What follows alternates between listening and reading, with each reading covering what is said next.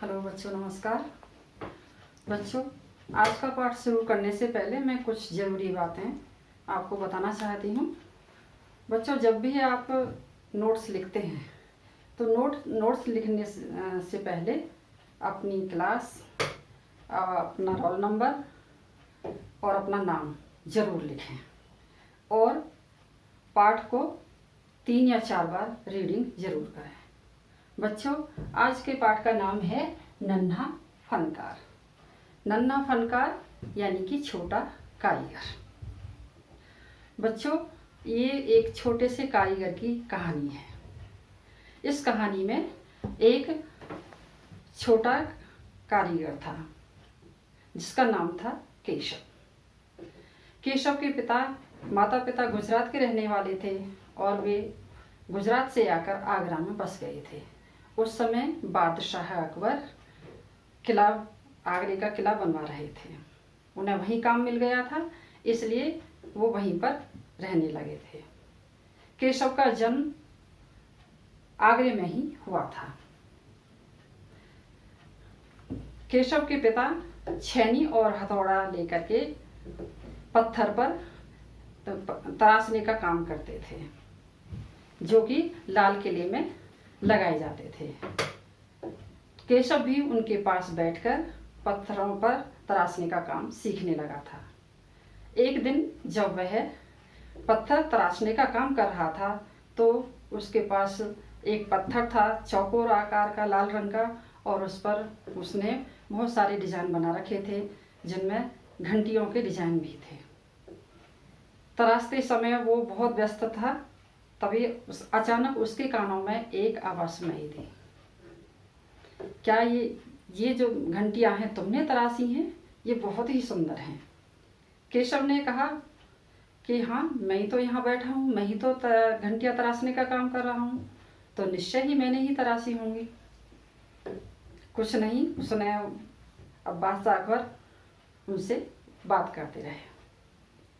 इतने में ही उसने देखा कि जो है बादशाह अकबर का एक पहरेदार वहाँ आया, और उसने जब देखा कि ये छोटा सा जो ये कारीगर है ये बैठ करके घंटियां तराश रहा है और बादशाह अकबर इसके पास खड़े हैं, तो उसने केशव को बहुत बुरी तरह डांटा और कहा, बेवकूफ़, तुम्हें इतना भी पता नहीं है ये कौन है, और तुम्हारी इतनी हिम्मत, तुम इनके सामने बैठे हो।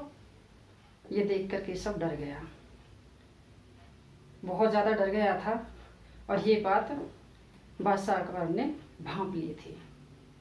इसलिए उन्होंने अपने पहरेदार से कहा, यहाँ से शीघ्र ही चले जाओ। उन्होंने डांट कर उसको वहाँ से जाने को कह दिया। पहरेदार जब चला गया तब उसने, अब केशव सोच रहा था कि मैं घंटियाँ तराशने का काम फिर से करूँ या ना करूँ, ये क्या करूँ, मैंने ये क्या कर दिया, ये तो बादशाह अकबर हैं। तो उसने देखा कि इनके हाथों में सोने की अंगूठियाँ हैं, रत्नों की अंगूठियाँ हैं, गले में लंबी सी माला है और बड़ा ही सुंदर व्यक्तित्व है, और मैंने इनको पहचाना नहीं, मैंने ये क्या कर दिया। तब उसको देख करके बादशाह अकबर ने कहा, कोई बात नहीं है, क्या तुम मुझे इन घंटियों पर नक्काशी करना सिखाओगे? केशव खुश हो गया। उसने कहा, क्यों नहीं, मैं पत्थर पर आपको तराशने का काम जरूर सिखाऊंगा, नक्काशी का काम जरूर सिखाऊंगा। और वो दौड़ कर गया और अपने पिताजी के पास से छेनी और हथौड़ा लेकर के आ गया, और अब बादशाह अकबर भी उसके पास बैठ गए और केशव ने उनको घंटियों पर सुंदर सुंदर नक्काशी का काम करना सिखाना शुरू कर दिया। उनको ऐसे सिखा रहा था जैसे वो बहुत बड़ा जानकार है और वो कुछ नहीं जानते हैं।